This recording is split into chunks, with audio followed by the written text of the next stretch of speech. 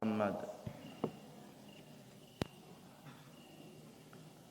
Salawatullahi wa salamuhu alaika ya habibina Rasulillahi sallallahu alaihi wasallam. Amma ba'du, wa qala Allahu jalla jalaluhu, a'udzu billahi minasy syaithanir rajim. Bismillahirrahmanirrahim. Inna anzalnahu fi lailatul qadri wa ma adraka ma lailatul qadr. Lailatul qadri khairun min alfi syahr. Tanazzalul malaikatu war-ruhu fiha bi'izni rabbihim min kulli amr. Salamun hiya hatta matla'il fajr. Shadaqallahul azim. Yang sama-sama kita hormati pengurus Masjid Raya Tanjung Bonai, seterusnya kepada angku-angku, nenek mama, alim ulama, cadik pandai, muka masyarakat, Bundo Kanduang, Limpape, Rumah Nan Gadang, Pemuda Harapan Bangsa, Pemudi Sunti Negara. Dilingkung dek salam jo sambah kasadonyo. Pertama sekali kita bersyukur kepada Allah Subhanahu wa taala atas limpahan rahmat, nikmat, taufik, hidayah dan inayahnya. Alhamdulillah, dari bermacam cobaan di sana sini yang kita pertaruhkan untuk menghadap Allah Subhanahu wa taala, termasuk cobaan corona. Alhamdulillah hari ini kita masih diberi nikmat yang begitu besar, kesehatan, yang bisa kita langkahkan kaki dan ayunkan tangan ke masjid ini. Salawat dan salam kita kirimkan kepada Allah untuk Nabiullah, Nabi besar Muhammad sallallahu alaihi wasallam, yang telah membawa ajaran Islam ke persada bumi ini, pedoman kehidupan bagi kita umat manusia.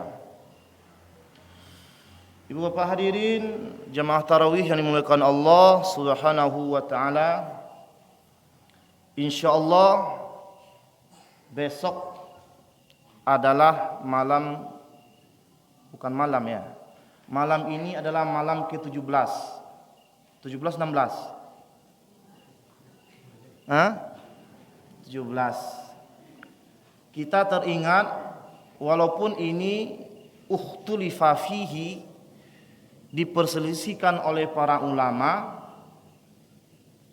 tentang Al-Quran diturunkan ke langit dunia, kemudian diturunkan oleh Allah Subhanahu wa taala melalui perantaraan Jibril, ya, secara berangsur-angsur. Itu berbagai macam hadis. Ada 17, ada 7 Ramadan, ya, ada 25 Ramadan. Yang jelas Al-Quran itu sepakat ulama, Allah Subhanahu wa taala menurunkannya pada malam Lailatul Qadar. Taala, tema kita hari ini terkait dengan momentum nuzul Quran. Artinya apa? Kita diingatkan bahwa di bulan Ramadan ini, bulan yang mulia, diturunkan juga untuk kita perkara-perkara yang mulia untuk sebagai tuntunan hidup kita, yaitunya Al-Quran. Kemudian secara definisi, apa yang dikatakan Al-Quran? Ya, Al-Quran adalah kalamullah, perkataan Allah Subhanahu wa taala yang diturunkan kepada Nabi Muhammad sallallahu alaihi wasallam biwasitati ruhil amin, dengan perantara Jibril, ya, al-muta'abbad bitilawatihi, yang dianggap dinilai beribadah ketika kita membacanya, yang diturunkan secara mutawatir. Ibu bapak hadirin yang dimuliakan Allah Subhanahu wa taala. Jadi di dalam hadis, dan hadis ini adalah sepakat para ulama hadis mengatakan bahwa Allah Subhanahu wa taala sebelum mentransfer kalam, bahwa hakikat kalam Allah Subhanahu wa taala, kalamnya yang qadim. Dia tahu qadim, ibu-ibu, bapak? Ada ngecien onde na jadi sebuah kalam qadim julai. Kalam qadim hanya milik Allah taala. Biasanya dipakai oleh orang-orang tua kita ketika anaknya bilang, "Anggang ko kate, dendak kan datang ke rumah saya nulai." Itu namanya kalam qadim. Kalam qadim yang bisa memastikan itu adalah Allah Subhanahu wa taala. Lalu kalam qadim, perkataan Allah yang qadim ini sama dengan zatnya yang qadim, la awwala liwujudihi, tidak ada awal bagi eksistensinya, keberadaannya. Kemudian Allah Subhanahu wa taala menciptakan qalam. Ya, dalam hadis sahih Allah ciptakan qalam, lalu qalam bertanya. Allah memerintahkan kepada qalam, "Wahai qalam, silakan tulis." Apa yang akan saya tulis? Ya Allah. Maka qalam menulis segalanya. Menulis qada dan qadar. Menulis kalam Allah taala itu, ya, secara gaib di Lauh Mahfuz. Kemudian kalam itu tersimpan di sana. Ketika Nabi Muhammad sallallahu alaihi wasallam, juga untuk para nabi-nabi sebelum Nabi Muhammad, itu juga diturunkan sesuai dengan kadar umatnya ketika itu. Ada suhuf Musa, ya, ada Taurat, ada Zabur. Tetapi Al-Qur'an diturunkan oleh Allah Subhanahu wa taala secara munajjaman, beransur-ansur ke langit dunia, sesuai dengan kehendak wahyu ketika itu. Lalu pertanyaannya, Ustaz, kalau memang betul kalam Allah taala itu, ya, laisa biharfin wala sautin, ya, ini ke depan ini akan banyak yang mentashkik kita. Apa arti tashkik, Ustaz? Artinya melontarkan subhat-subhat yang menanggalkan iman kita kepada Allah Subhanahu wa taala. Kalam Allah itu kan qadim, ndak ada huruf, ndak ada baswaro. Kau apa dek huruf dek baswaronya? Dzalikal kitabu la raiba fi hudal lil muttaqin. Ada huruf, ada suara. Bagus mana Ustaz? Ilustrasi, analogi. Ibu bapak hadirin, pernah di zaman 80 70 teknologi telegram? Pernah enggak? Telegram itu mungkinnya lalu di sekolah, tapi enggak nampak. Enggak nampak. Ketika ada perangkatnya, kata orang komputer sekarang, softwarenya, ada yang menerima perangkat itu, kemudian dari gelombang berubah menjadi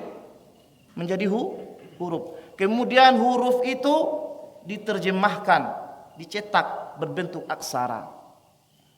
Ini mohon maaf kalau ilustrasinya tidak cocok. Tetapi ketika Allah Subhanahu wa taala ingin menyampaikan kalam dan wahyunya kepada manusia melalui penghulu alam Nabi Muhammad sallallahu alaihi wasallam dengan perantaraan Jibril, sementara manusia itu berkata-kata dan bertulis-tulis melalui aksara. Iya enggak? Maka kecik para ulama, kalam Allah yang ada di Lauh Mahfuz itu namanya kalam dal hakiki, ya. Kalam Allah yang ada di azali namanya. Adapun kalam yang diturunkan secara berangsur-angsur, yang ada huruf, yang ada suaraku, namanya al-madlul. Ya, apa arti madlul? Al-Quran yang tertulis sesuai pemahaman dan mafhum yang ada dengan Quran yang ada di azali. Faman lam yu'minu bihi fahuwa kafir. Siapa yang tidak beriman dengan Al-Quran yang ada huruf dan ada suara ko, berarti ia tidak beriman dengan Al-Quran yang ada di azali. Sama. Karena Al-Quran nan bahuruf nan buah suara ko memang dicetak. Ada awal. Dek mesin cetak. Tapi Al-Quran Allah, kalam Allah Ta'ala yang hakiki, tidak ada huruf dan tidak ada suara. Jadi ini adalah pemahaman ahli sunnah wal jamaah. Pernah fitnah terbesar yang terjadi di zaman Imam Ahmad bin Hanbal, bahwa gara-gara qadim, ya Al-Quran ini qadim, kata Imam Ahmad.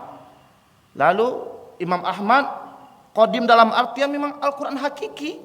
Akhirnya Imam Ahmad dicambuk oleh khalifah ketika itu. Tetapi hari ini pemahamannya benar dan bisa kita warisi dari generasi ke generasi, bahwa Al-Quran ini adalah madlul. Ya, madlul itu artinya yang ditunjuki oleh Al-Quran yang hakiki yang ada di azali. Siapa yang tidak beriman, sekali lagi kafir. Lalu terkait dalam bulan Ramadan ini, lantaran Ramadan ini syahrul Ramadan alladzi unzila fihi al-Quran, ya. Bulan Ramadan ini juga dikatakan bulan Al-Quran, diturunkan Al-Quran di sana.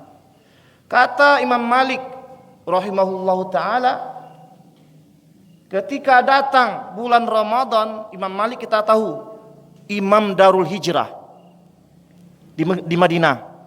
Kalaulah datang bulan Ramadan, inyo tinggalkan fatwa, inyo tinggalkan tasnif mengarang, inyo tinggalkan membahas hadis-hadis yang lain, kecuali beliau sibuk dengan membaca Al-Quran. Membaca Al-Quran. Jadi kalaulah kita yakini Al-Quran itu adalah kalamullah dan tuntunan untuk kita, seyogyanya apa yang akan kita buat? Tentu tilawatil Quran, membaca Al-Quran. Hadis Ibnu Mas'ud radhiyallahu anhu, bahwa Rasulullah sallallahu alaihi wasallam bersabda, "Man qara'a harfan min kitabillahi falahu asyaratun." Siapa yang membaca Al-Quran, ya, kalam Allah Ta'ala ini, satu huruf saja, maka ia mendapatkan pahala 10. Ya. Malah yang 10 itu bisa berlipat ganda menjadi 770 kali ganda. Lantas Rasulullah juga bersabda, "Wala aqulu lakum alif lam mim harfun." Aku tidak mengatakan kepada kamu alif lam mim yang kamu baca itu satu huruf, tetapi alif harfun, walamu harfun, wa mimu harfun. Alif satu huruf, lam satu huruf, dan mim satu huruf. Nah, kalau kita baca alif lam mim saja, ini di luar Ramadan, 10 kali 3 berapa? 30. Kalau kita baca di dalam Ramadan ini 700 satu huruf, ya, 700 kali ganda. Itu kalau hitung-hitungan di bulan Ramadan. Tetapi ada pahalanya lagi yang lebih besar. Wallahu yudha'ifu liman yasha. Allah bisa lipat gandakan pahala membaca Al-Quran ini bagi mereka-mereka yang Ia kehendaki. Ibu bapak hadirin dimuliakan Allah Subhanahu wa taala. Malah posisi orang membaca Al-Quran ini ada dua bentuknya. Ada dua bentuknya. Yang pertama orang mahir, ya. Yang kedua orang tidak mahir. Orang mahir ini dikatakan oleh Nabi Muhammad SAW, al-mahiruna bil Quran, orang yang mahir dengan Al-Quran, membaca Al-Quran, ma'a safarati kiramil bararah, bersama malaikat-malaikat yang terhormat nanti di akhirat. Itu orang mahir. Tapi ada juga orang yang kedua, orang yang tidak mahir, namanya orang-orang yatata'ta namanya. Apa namanya? Yatata'ta. Walladzina yatata'ta, orang yang membaca Al-Quran tak dadai-dadai, tak ragu-ragu, falahu ajrani, dia mendapatkan dua pahala. Pahala yang mana? Karena dia keseriusannya belajar, yang kedua karena bacaannya dapat dua pahala. Ana mano kita kini. Contohnya, ini mohon maaf ya. Innal lasina kafaru sawaun alaihim ansarutahum. Itu namanya tatak. Dapat dua, tapi berpikir. Tapi kita pikirkan, oh ini gini, kata guru surau saya. Tapi yang sudah mahir, innalladzina amanu innalladzina kafaru sawa'un 'alaihim a'anzartahum am lam tunzirhum la yu'minun. Ya. Di zaman Rasulullah sallallahu alaihi wasallam pernah ada orang yang meragukan Al-Qur'an ini. Maka diberikan oleh Rasulullah tahaddi namanya. Itu tahaddi Pak Ibu. Tahaddi itu bahasa awaknya ada deh. Apa? Coba. Kalau bisa meminum nan pahit ku ada lagi pipi sekian. Itu namanya tahaddi namanya. Pernah Allah mengatakan dalam Al-Qur'an, wa in kuntum fi raibim mimma nazzalna ala 'abdina fa'tu bi suratin min mislihi wad'u syuhada'akum. Kalau kamu ragu tentang Al-Qur'an ini yang diturunkan kepada Nabi Muhammad sallallahu alaihi wasallam, coba buat Al-Qur'an tandingan. Panggil algojo, saintis kamu. In kuntum shodikin, jika kamu adalah orang-orang benar. Satu orang ya, tak satu pun yang berani dan sanggup untuk menandingi Al-Quran. Malah sampai hari ini ya, kenapa tidak ada Al-Quran tandingan? Kenapa tidak ada Al-Quran yang dirubah-rubah? Karena memang Al-Quran ini dijaga oleh Allah Ta'ala ya. Dalam surah Al-Hijr, inna nahnu nazzalna dzikra wa inna lahu lahafizun. Kami turunkan Al-Quran, kami yang menjaganya. Sampai-sampai program Bapak Bupati kita ya, hari ini menjamur calon-calon hafiz dan hafizah di Kabupaten Tanah Datar. Itu masih terkait dengan menjaga huruf-huruf Al-Quran. Tetapi kita masih kurang hari ini menjaga orang yang mampu menjaga isi kandungan dan rahasia-rahasia Al-Quran. Ini akan kita lahirkan lagi di masa-masa yang akan datang. Bapak hadirin bukan Allah Subhanahu wa taala. Siapa mereka yang akan mendapatkan wallahu yudha'ifu liman yasha? Orang yang akan dilipat gandakan pahalanya oleh Allah Subhanahu wa taala, orang yang mampu dan bisa mentadabburi Al-Quran. Contoh, tadabbur. Alhamdulillah ladu fasilitas Al-Quran kita risiko dari perantau mungkin, dari muhsinin ya, dari orang-orang yang menginfakkan hartanya untuk fisabilillah. Lah diberi Al-Quran. Baca roh kita membaca. Kita baca pendidikan dalam Al-Quran. Buka surat Al-Luqman. Kita baca satu ayat, kita baca terjemah dan kita pahami ya. Oh ini cara bagaimana berbakti sama orang tua. Oh begini cara bagaimana berinteraksi dengan pemimpin. Oh begini cara bagaimana berinteraksi dengan non muslim. Ada pun di sini. Orang yang seperti ini membaca Al-Quran, wallahu yudha'ifu liman yasha, akan dilipat gandakan pahalanya oleh Allah Subhanahu wa taala. Kurang minit lah. Setengah jam. Jadi, ibu bapak hadirin bukan Allah Subhanahu wa taala. Tapi memang ya, di zaman dahulu pernah seorang di masa Rasulullah sallallahu alaihi wasallam pernah pengen membuat tandingan-tandingan Al-Qur'an. Nah, lihat dong baca sejarah tuh. Namanya Musailamah Al-Kadzdzab. Siapa namanya? Musailamah Al-Kadzdzab.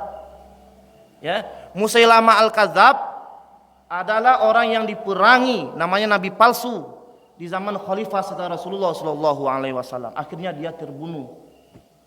Pernah buat tandingan Al-Qur'an? Pernah Bapak Ibu nangaya? Hah? Pernah enggak?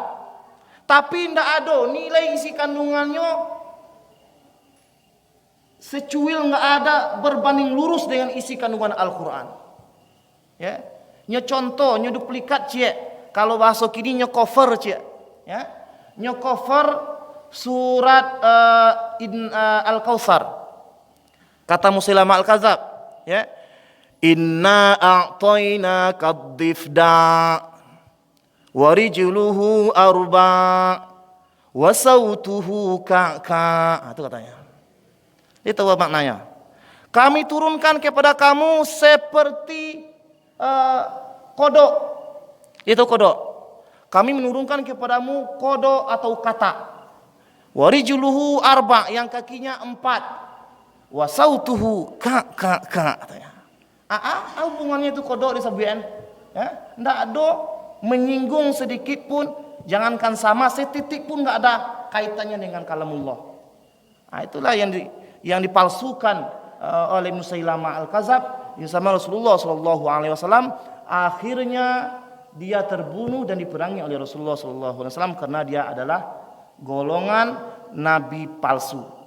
Akhirnya Bapak hadirin Allah Subhanahu wa taala, kalau betul momentum ini, ya, momentum 17 Ramadan Al-Quran diturunkan, mumpung masih ada waktu kita untuk membaca, mari kita baca Al-Quran di bulan Ramadan. Setelah kita baca, kemudian kita tadabburi apa isi dan kandungannya. Setelah kita tahu isi dan kandungannya, mari kita aplikasikan dan terapkan di dalam kehidupan kita sehari-hari. Semoga Allah Subhanahu wa taala menjadikan Ramadan tahun ini Ramadan betul-betul bisa kita perbaiki seluruh kekurangan-kekurangan kita di sana sini sesuai dengan aturan Al-Qur'an dan sunnah Rasulullah sallallahu alaihi wasallam. Ada pertanyaan? Kaji boleh dibontang panjang-panjang, elok kita gumpa biarnya singkek kita kan salat tarawih. Ya, wabillahi taufik wal hidayah wa ridha wal inayah. Tiada rading yang tidak retaknya untuk lukisan. Tiada lautan yang tidak berombak, ombaknya untuk hiasan. Tiada manusia yang tidak bersalah, salahnya untuk dimaafkan. Usini wa iyyakum bitaqwallah. Wassalamualaikum warahmatullahi wabarakatuh.